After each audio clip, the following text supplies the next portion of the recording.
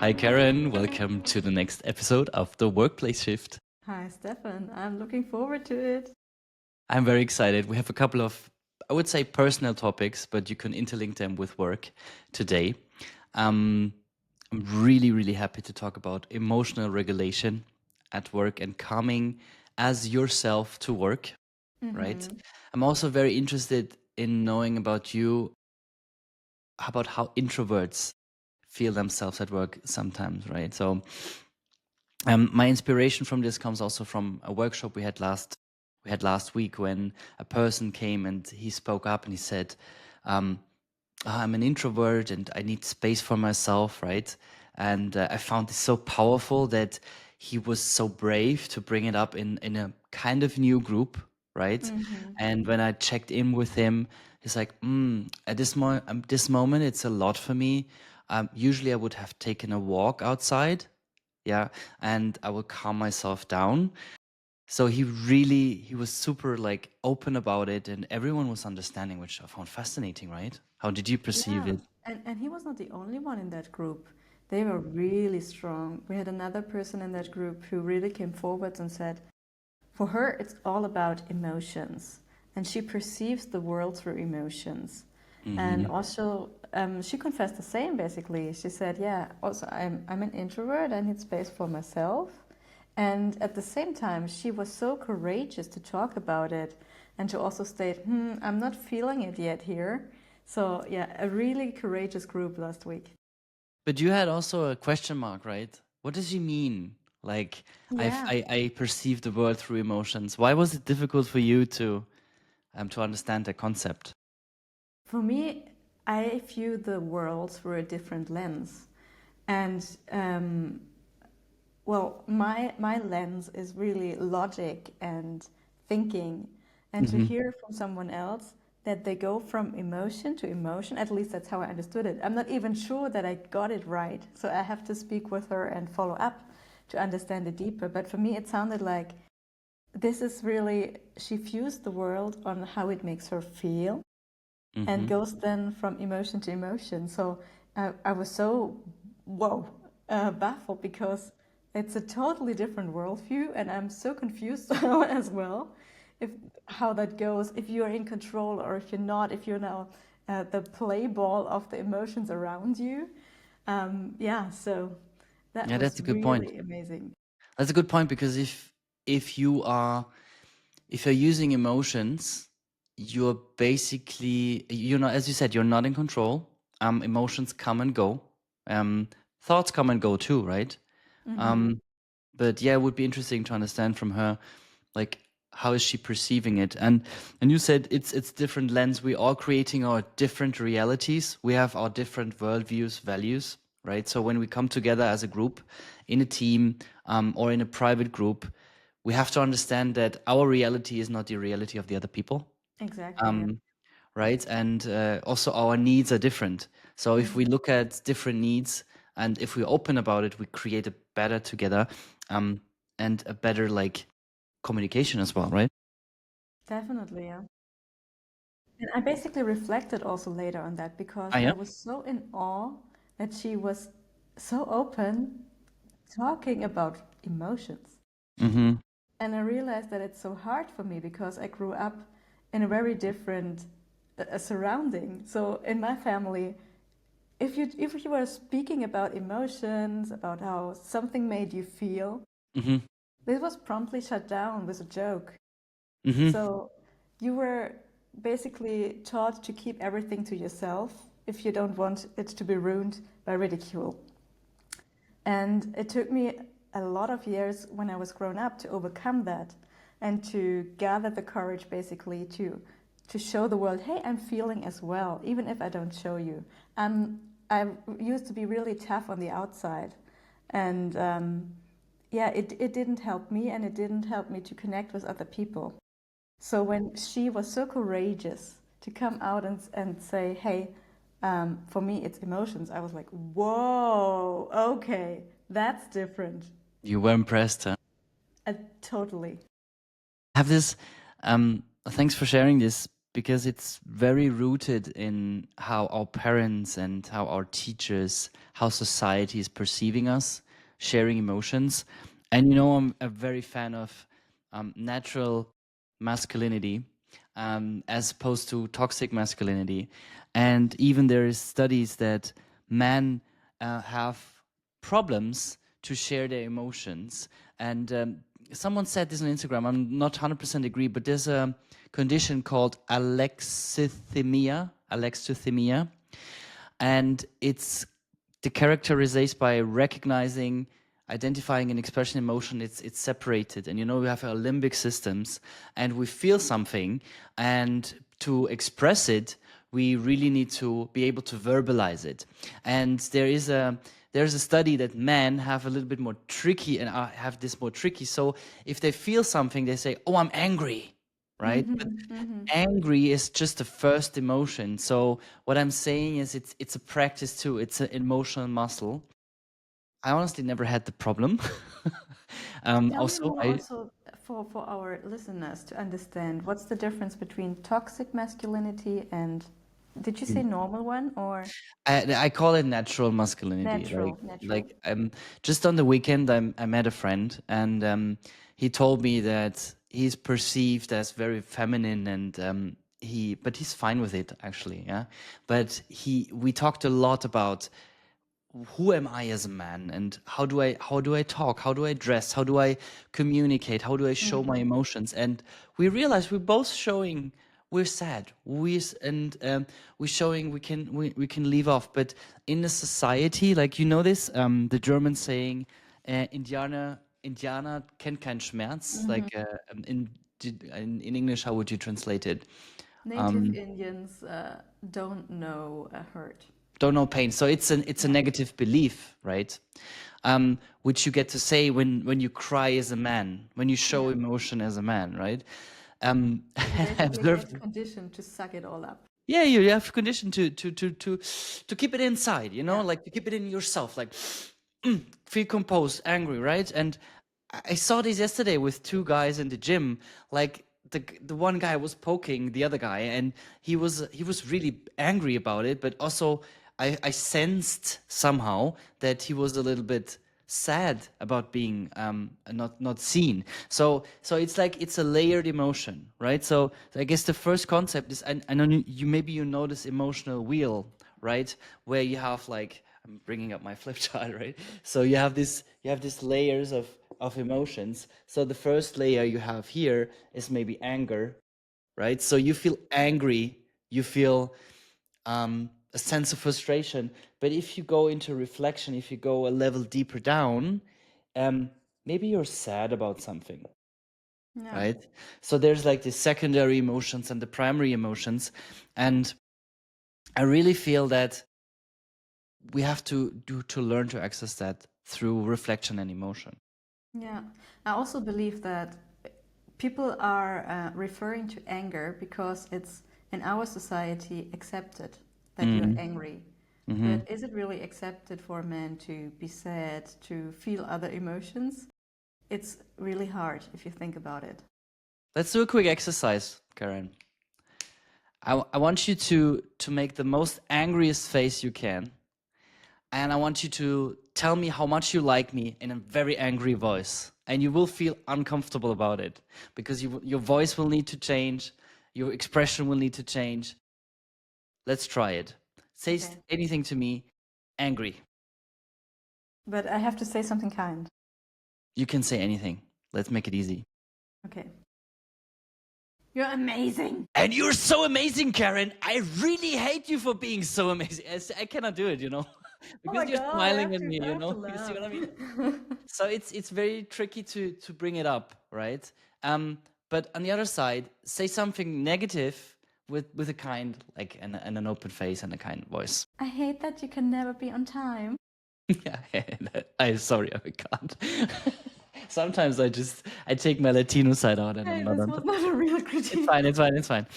There's always a truth, and it's also funny to talk about this. But these facial expressions, bringing out these emotions, right? We're very uncomfortable switching or showing or faking. Yeah, yeah. So it's super interesting, this topic of emotional regulation. The second one was actually easier for me because it Hmm. felt like more natural because we often do this, especially as women, Hmm. that when we want to show critique, we do it more with a smile Hmm. and not really in a because we don't want to harm the other person, but it's Yes, ridiculous. exactly. Yeah, Yeah. So it's that's such nice. a paradox. It's a paradox. And I have another thing. So I have another concept I thought about the last few days. Mm. Can you recall a situation in the last week or 2 weeks, maybe also with Chris, with your husband, or with Mia, where over the course of time, a tiny little thing was getting so big, like maybe a Hmm. small thing, maybe Mia or Chris or someone in your family did. And then over time, it went so big and it became an issue. Can you think about anything? Well, it happens to me time and time again. Mm-hmm. It can be really small stuff like who takes out the garbage or stuff like that. Mm-hmm. Mm-hmm. Mm-hmm. But then I quickly stop myself when I in my head am ranting about it and realize no, actually it's my responsibility. I live here too, so I can grab this bag and put it out to the trash can as well. Mm-hmm. So don't put this on someone else. Don't put this on your husband. It's you. You can do it as well. You don't have fear. This is not the problem. You're just angry inside and you're just Yeah, yeah, dragging exactly. it onto So, the so the, trash the can. emotion was anger, right? I've created a, Frustration, I've created anger, frustration. feeling left alone. Mm-hmm. Mm-hmm. Oh, that's even it's even more strong. You gave me all the three layers, right? Anger, frustration, feeling left alone, or feeling not seen, feeling not cared for, right? Yeah. Um, I developed a concept. I don't know, maybe you've seen it, maybe I stole it somewhere, but I will draw it for you. So for those who are listening, I'm drawing a Stay small close to the mic. square. I'm drawing a small square, Hmm. right? So let's say this is your moment. Like there's a small square. I'm making it red. There's a moment of frustration. There's a moment of bad emotion, right? And in it's maybe also in the morning someone walked behind you in the bus and gave you like a shrug, Hmm. something like this. You feel angry about him, and then you go to the office and something else happens, or you still think about this guy in the bus who was an asshole to you, right? So I'm drawing a little box around it. Looks like a little fireplace now, right? So you keep this emotion with you. You keep it inside yourself. You don't talk about it, maybe. You don't reflect on it. You're just angry. You're just sad, right? And you go on through the day and you reach lunch break and you feel even worse. So I have another square around it. So what I'm saying is, I don't know how to call it yet. So it will look like this in the end. So we have a tiny, tiny emotion. Maybe you have another emotion coming in. But over the day, it's growing inside of you. It's getting quicker and it's getting um, bigger and bigger, right? It can even go over weeks. I have a problem with someone. I don't talk to him. I don't clarify it. And it make it up, up, up. It's going up. It's getting bigger, right? And at this stage, it takes at the bigger stage, it takes me a lot of time to come back with that person to something um to have to talk about a lot, a reason and context, Yeah. right? So Which instead makes of it also impossible to clean it up in one sitting. yeah, yeah, exactly. You need more time, right? And you will go naturally. You will go like, what was the problem actually? Like, why Yes. was Are we I really still talking about the stuff in the middle? Or exactly? Are is we there talking something about the else? meter? Yeah, exactly. So what I would like, if you have this picture in mind, like the next time you're getting angry in a work meeting or in a like I don't know in the bus, and you feel this emotion, the one thing you need to do is pause, right? So you bring in a pause and you take a breath and you feel this emotion. And then exactly what you said you did. I could do it. I could do it for myself. I can do it for myself. It's more like an action, but recognizing the emotion. And then maybe if time allows, talk about it at some point with your husband or with the person, right? It doesn't mean you have to talk about it actually at the same time, because what you're learning is you're learning to draw this frame and to say, I feel a little bit left alone because Stefan was late to the meeting, or he didn't show up. I feel disrespected. But I will tell him later, or next time we see each other. Maybe make a note in your notebook, take a breath, and you can let it go. What do you think about this concept? Yeah, I like it, the pause between the stimulus and the reaction. Mm-hmm. Yeah. Also, for me, speaking very openly, so once in a month while I'm on my period, I have these days where like everything is like offensive and it kind of adds up one thing to the other, and I really don't feel like myself. And then I have to, in within me, constantly like stop myself and say no, and this is, I'm not my feelings, this is not my reality, and it will get better, and stop, and so on. And I really cannot stand myself on these days as well.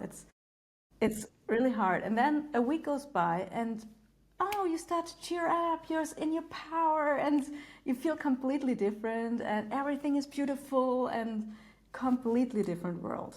So Mm. it's really, really tough because your hormones are basically controlling so much, and you have to battle back. So I like that really much, of creating this pause, taking a breath, seeing if you can somehow break the cycle.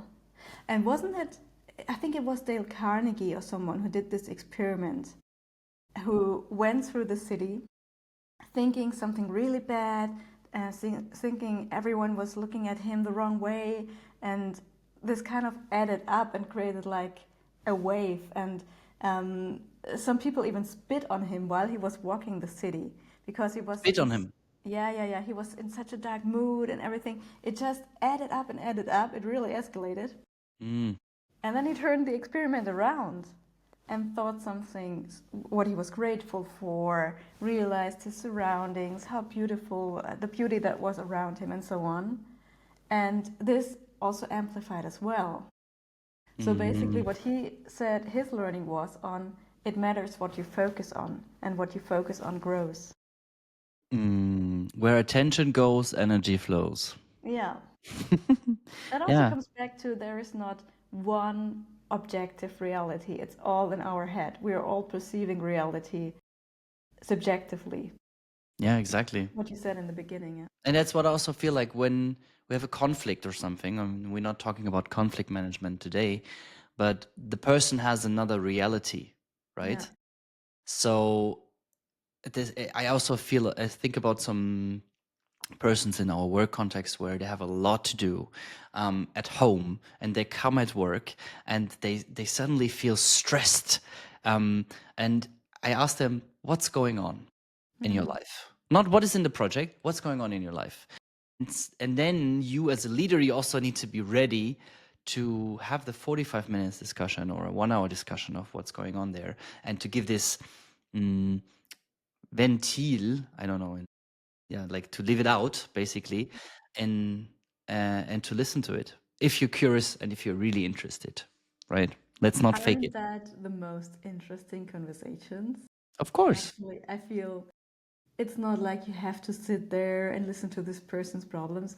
I really enjoy that the most, Me too. when people open up and really tell you about the whole context, and not just in the work setup what is bothering them, because actually work is such a fleeting thing. So here it comes back to emotions. The Hmm. emotions that work creates in yourself, right? Yeah, exactly. And we will touch about this maybe in another episode about being yourself at work. I want to circle back a little bit to like how to use the pause to go away from like this emotion. And what I really learned these couple of days is breathing. Again, a thing men don't learn to do. Don't make noises. Unless you're grunting and chopping wood, then it's manly. Or make some like breathe. So I learned a breath, and actually dogs are doing that. before they go to sleep. And it's to bring down your autonomic arousal, so your stress in your body. I'm still need to do some breath workshop. I have not done a lot of this, but it's a very easy one. We can do it together now if you want.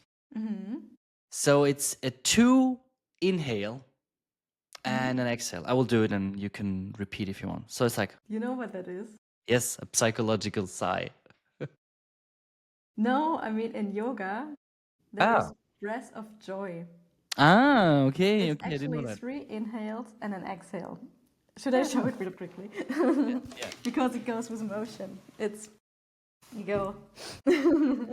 Now we have a good thumbnail for the video. Yeah. Yeah, exactly. Like you take a two, and it's a psychological sigh. And in coaching, you even sometimes hear people do it, or even in discussions when you discuss with a team. Oh, They're like, true. they're Yeah. like, it means like I want to let go. When they do that, Yeah, it's like like you really hear a pause in the breathing in and they do it again. exactly, exactly. And it really helps. You have other techniques, but it can help you. So what I'm doing now is I'm trying to catch myself. I'm trying to not always this breath, also just a deep breath or another breath, but take a pause, right? And then it comes a mental aspect to it. And this is more like moving out of the situation and back up. This is a technique I learned from a person. He does meditation and energy healing. Jeffrey, it's called. And so when you think about this, you're in an emotional situation, and you're really like, "Ah, damn it, I feel angry, I feel alone." You take the breath, and then mentally think about you in your head, and you go a step back and a step up, like you're sitting in a theater. You're now in front stage. You're going a step back, Hmm. and you're going a step up, and you look at the Removing situation. yourself from the situation. Yes. You Okay. remove yourself, you go a step up, and you look at the people or the persons who involved you about it, and you think, different reality. What could be the need, the emotional thing behind it for this person? And then at some point you can decide, do I want to be involved in this or not? And you can remove yourself. And it's easier said than done. Of course, it always is. Yeah. Yeah, but yeah, that's a couple of techniques. So visualizing this from the box, the small box, the Kästeli, like we say, the small Kästeli, the small box to the large box. Taking a breath, power of the pause, like you said, being aware of your physical situation as well, like you said, if you're on the period, hormones. Maybe that's a reason why women are better with emotions because they're trained to go through Otherwise, this they would every kill month. I don't people. know. I don't know. What did you say? I didn't hear it. Otherwise, they would run around and kill people. They have to Yeah, kind of exactly. control Yeah, themselves. exactly. Yes. So yeah, and then maybe this mental idea of going a step back, going a step up, and watching. Yeah, So removing your. if you're talking about going a step up, you're Hmm. not talking about not being eye to eye with the person you're talking No, to anymore, no. but you're just talking about just going more into an observer role. Yeah. Yes. Let me clarify. That's a very good point. I need to take that down. Eye to eye. For me, being eye to eye, I don't see it physically. I feel it in uh, in the way my body is like reacting to someone. If I'm not eye to eye, I'm more arrogant. Yeah, I'm. I do justice. Yeah, like I judge people. It's exactly the opposite. I want to be eye to eye. I want to understand the reason. So I will sit next to you. I may be angry, very or sad. So I take a breath, and in my mind, I go back and up, and I'm watching like I would be in this situation. Like I'm an observer. I sit behind myself, third camera angle, so to speak. Right? It's like, okay, what's happening here? Like, what is the dynamic? Like, why is this happening? Right? Yeah. So it's really a tool of understanding. I like that. Yeah. Maybe I should. Otherwise, it would really complicate the situation, right? Yeah, of course. you If you put go from yourself up till on the down. pedestal and go like being now the critic of the situation and say, the other one is really bad person. It Yeah, won't help. exactly. No, then I'm still entangled in the emotion, right? Yeah. And that can happen if I'm not. Maybe it's if it's too fresh, and maybe sometimes the power of the pause is also to take a distance from the person or from the group, Yeah. take a walk, right? Yeah. You're absolutely right. Like if I'm doing that, and I'm still feeling it a lot. I maybe cannot. I maybe cannot like do this going up, right? I need a walk in between. And then circle back later, yeah. Right. So yeah, let's take a breath together. Yeah, thank you. That that episode was really, really helpful for me to get some of this off my chest, and I really want to get these tools out in the world, and help I people love the to. pictures you've given me with the box that keeps amplifying itself. Yeah, let's try to address it as quickly as possible and keep the boxes small, keep ourselves light. I mean, I have a book. It's one of my favorite books. In German, it's called Die Seele will frei sein. And in English, it's called The Untethered Soul. I'm rereading it because I'm using some of this for my book. It's very repetitive, which I don't like. But there's one chapter in it where he's talking about we need to open our hearts to perceive the world, right? So if we open our hearts, we open ourselves for a lot of emotions, and that's maybe another topic for another episode. But feeling all the emotions, it will come out, and we will feel lighter in the end, right? We open up our hearts, also in the work context. Talk about it next time or another time. So it's difficult to be open, to be vulnerable, to open yourself up, but it's worth it. Yeah. Isn't that a definition of spirituality? That you feel that you're connected to all the other beings on this earth. Mm-hmm. So what it requires is, if I understand correctly, that your soul opens up, that you don't think about yourself only, but open yourself up, see what's around you, and try to connect with the positive. Not only soul, but also the heart. As for me, I mean, at least for me, the heart is the center of the emotions, right? So, and this is and usually what we're doing as people is we're closing down, and some people never have learned to open the heart, and that's really where you start to feel frustration, depression, and in my view, at least. So when we open it up, we're really light. We're really good. The soul is something else. Also, it needs to be protected, right? So our soul is very precious. So if we open it up to a lot of people, it's maybe not good. But yeah, it's depending on your definition. Yeah. Yeah. Okay. Karen, I'm sending you love. Same. Thanks for the episode. I'm pressing the Thanks, stop. Tristan. Have a good day, and we see each Same other to you. very soon. Talk to you later. Bye-bye. See you. Bye. That's the end of our episode. If you liked this, please like, share, and subscribe.